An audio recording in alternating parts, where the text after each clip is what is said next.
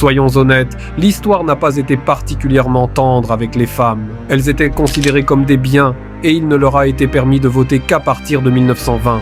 Encore aujourd'hui, elles sont souvent payées moins que les hommes pour un travail identique ou similaire. Mais lorsqu'il s'agit de leur infliger intentionnellement de la douleur, la situation prend une toute autre tournure. Voici quelques-unes des méthodes les plus brutales par lesquelles les femmes ont été punies au fil de l'histoire. La dernière méthode de torture va te choquer. Le chevalet espagnol, également connu sous le nom de cheval de bois, chevalet ou mulet de l'Union.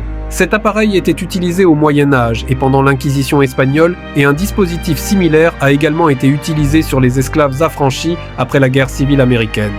L'appareil se compose d'un coin tranchant en forme de triangle soutenu par 2 ou 4 pieds et les femmes étaient forcées de s'asseoir sur la pointe acérée qui était parfois recouverte de clous, causant ainsi des blessures aux parties inférieures de leur corps. La victime était généralement laissée incapable de marcher sans douleur et dans certains cas, la femme mourait d'hémorragie. Les femmes jugées dignes d'une punition supplémentaire se voyaient ajouter des poids à leurs jambes, ce qui pouvait causer des dommages aux os et aux organes internes. Une fois placée dans cette position, la femme était souvent contrainte de défiler dans la ville et son corps était ensuite enduit de goudron et recouvert de plumes. La paire de l'angoisse. Ce dispositif, également connu sous le nom de paire buccale, aurait été utilisé pour punir les femmes à partir du début de l'époque moderne, entre 1400 et 1800. Le corps en métal en forme de poire est divisé en segments ressemblant à des cuillères, souvent dotés de pointes à l'extrémité. Il peut se déployer grâce à un ressort ou en tournant une clé. Il était inséré dans l'un des orifices de la femme afin de provoquer des dommages souvent irréversibles. Certains chercheurs ont contesté les récits historiques de l'utilisation de cette paire, car l'emploi réel d'un tel dispositif semble suspectement peu plausible. Cependant, l'utilité réelle de ces paires reste inconnue. Une mention précoce de ces dispositifs se trouve dans l'inventaire général de l'histoire des voleurs de l'auteur F.D. Cavalli, écrit en 1639. Dans ce livre, l'invention du dispositif est attribuée au personnage nommé Capitaine Gucherolles de Palois, qui volait ses victimes en utilisant un bâillon mécanique pour les maîtriser pendant qu'il et ses complices pillaient leur maison. Au cours de l'histoire, il y a eu d'autres mentions des paires de l'angoisse, mais beaucoup croient encore qu'elles ont été créées pour choquer plutôt que pour infliger réellement de la douleur. Et espérons que ce soit le cas, car sinon, ça fait mal. Malgré le manque de preuves tangibles sur l'utilisation de ces dispositifs, il y a encore de nombreux exemples d'eux exposés dans les musées. La mise à mort par brûlage sur le bûcher. Cette méthode de punition remonte à l'ancienne Babylone au XVIIIe siècle avec J.K.C. et a été employée à plusieurs époques de l'histoire, notamment dans l'Égypte ancienne, à Rome, au Moyen-Âge, pendant l'Inquisition espagnole et au-delà. Parmi les principales raisons pour lesquelles les femmes étaient condamnées à mort de cette manière figuraient les crimes qu'elles étaient accusées d'avoir commis, leur religion ou leur race. L'une des figures les plus notoires, brûlée sur le bûcher, était Jeanne d'Arc.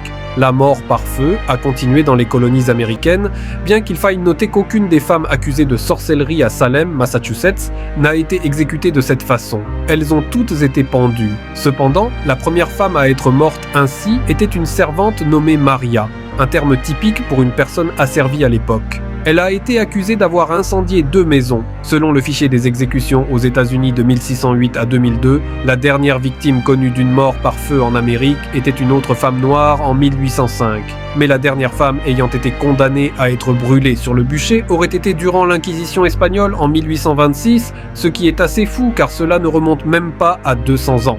Au cours de l'histoire, dans certains cas, une corde était attachée autour du cou de la femme et elle était étranglée avant que les flammes n'atteignent son corps.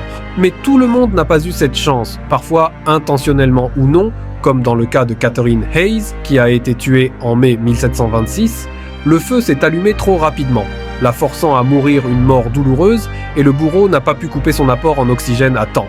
Certaines personnes ont reçu une consolation plus miséricordieuse. Elles étaient équipées de sacs de poudre à canon attachés entre leurs jambes et sous chaque bras. Ainsi, les sacs explosaient, tuant la victime plus rapidement que si elle attendait d'être engloutie par les flammes. Mais, comme avec la méthode d'étranglement, cela n'était pas toujours efficace. Par exemple, si le vent était trop fort ce jour-là, ou si le bois utilisé était trop vert, une souffrance prolongée semblait inévitable. Il est également à noter qu'à l'inverse de la croyance populaire, aucune des femmes accusées de sorcellerie à Salem, Massachusetts, n'a été brûlée vive. Elles ont toutes été pendues. D'autres mécanismes ont été utilisés dans l'histoire pour obtenir des résultats similaires, y compris le taureau de bronze, une structure métallique en forme de taureau qui était chauffée, puis une personne condamnée était placée à l'intérieur. La chaise en fer. Comme la mise à mort par brûlage sur le bûcher, ce type de punition implique le feu, mais il concerne des meubles et c'est probablement la chaise la plus inconfortable que vous puissiez posséder. De manière similaire à d'autres méthodes de cette liste, cette méthode était également utilisée sur les deux sexes, mais les femmes y étaient principalement soumises. La chaise utilisée pour cela était couverte de pointes acérées, allant de 500 à 1500. Les femmes étaient contraintes de s'asseoir dessus pendant des heures, mourant finalement de perte de sang. Les feux allumés dans les compartiments sous la chaise contribuaient également à la mort en rôtissant lentement la victime. Cette peine capitale était infligée aux femmes ayant commis divers crimes, y compris l'adultère, la sorcellerie et le meurtre. La chaise en fer a été introduite au cours du Moyen-Âge et utilisée en Europe jusqu'à la fin du XIXe siècle. Une méthode similaire a été utilisée en Chine de 1701 jusqu'au XXe siècle et selon le Musée des sciences de Londres, elle était fabriquée en bois avec 12 lames en acier sur les bras, le dossier, les repose-pieds et le siège. La chaise en fer a également été utilisée à travers l'histoire pour obtenir des aveux de la part des personnes en les faisant observer d'autres personnes soumises à ce type de punition. Dans l'histoire récente, cette forme de punition a été documentée dans des pays comme la Corée du Nord. En fait, il a été rapporté que l'utilisation des chaises en fer est une pratique courante dans les prisons là-bas.